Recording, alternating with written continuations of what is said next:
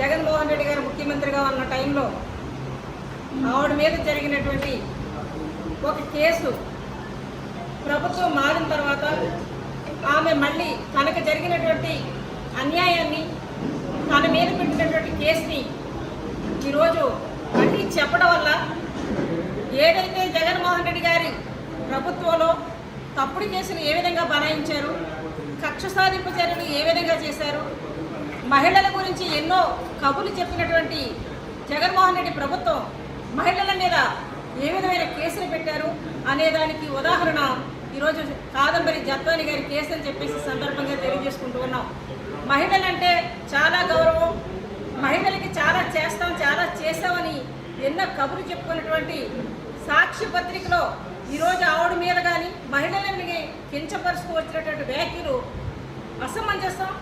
మరి ఒక భారతి గారు ఆ పేపర్కి హెడ్గా ఉండి ఈరోజు ఒక మహిళల గురించి కానీ ఈ విధంగా వార్తలు రాస్తున్నారంటే అసలు ఈరోజు రెడ్ బుక్ రాజ్యాంగం నడుస్తుందని మాటలు చెప్తున్నారంటే వీళ్ళ చేసిన తప్పేంటి, ఆవిడ ఏం చేసింది, ఎందుకు కేసు ఆ రోజు బనాయించారు, ఈరోజు మళ్ళీ ఆవిడ చెప్పుకోవాల్సిన పరిస్థితిని మీరు ఎందుకు తీసుకొచ్చారు?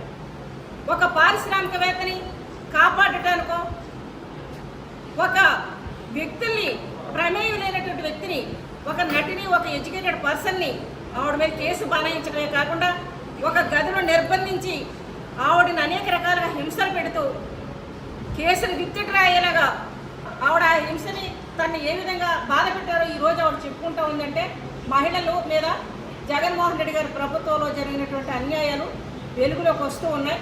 చంద్రబాబు నాయుడు గారు ఎప్పుడు కూడా ఒకటే చెప్తూ ఉంటారు, ఎక్కడ మహిళలు గౌరవింపబడతారో, ఎక్కడ మహిళలు పూజింపబడతారో అక్కడ దేవతలు ఉంటారని, అదేవిధంగా ఆడపడుచులకి న్యాయం చేసే చోట ప్రభుత్వాలకి మనుగడ ఉంటుందని, ఆ విధంగా తెలుగుదేశం ప్రభుత్వంలో కానీ ఎన్డీఏ కూటమి కానీ మహిళలకి అత్యంత గౌరవం ఇవ్వాలని కార్యక్రమంలో ఉంటే మాయ మాటలు చెప్పిన జగన్మోహన్ రెడ్డి గారు ఈ కాదంబరి గారి కేసులో 3 ఐపీఎస్ అధికారులు ఈరోజు సస్పెండ్ అయ్యారంటే ఈరోజు విశాఖగుండు గారు సరెండర్ అయ్యి ఈ కేసు పూర్వపరాలు చెప్తూ ఉంటే ఎంత దారుణంగా ఒకసారి ఆలోచించండి.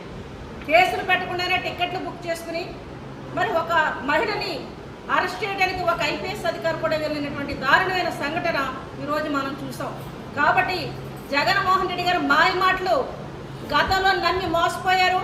5 సంవత్సరాల ముఖ్యమంత్రిగా ఈ రాష్ట్రాన్ని అన్ని రంగాలని అన్ని వ్యవస్థల్ని కూడా భ్రష్టు పట్టించారు. మహిళల మీద అనేక రకమైన దాడులు చేస్తే ఆ రోజు చర్యలు తీసుకోలేదు. ఇంకా ఇలాంటి కేసులు ఇంకా ఈరోజు వెలుగులోకి వస్తున్నాయంటే ఈ జగన్మోహన్ రెడ్డిని ఇప్పుడే కాదు ఎప్పటికీ కూడా నమ్మకూడదు. ఇతన్ని పూర్తిగా ఇతర పార్టీని కూడా పూర్తిగా అధపాత్రలో తొక్కి వరకు కూడా ఆంధ్రప్రదేశ్ ప్రజలు చాలా కర్తవ్యంతో బాధ్యతగా లేకపోతే ముందు ఇలాంటి వ్యక్తుల వల్ల ఏ విధమైన దాడులు జరుగుతాయనడానికి ఈవిడ కేసు ఒక ఉదాహరణ. కాబట్టి ఈ విధమైన కేసుని మనం అందరం కూడా పరిశీలించాలి. రాష్ట్ర ప్రజలు చాలా ఎలర్ట్గా ఉండాల్సిన అవసరం మాత్రం ఉందని చెప్పేసి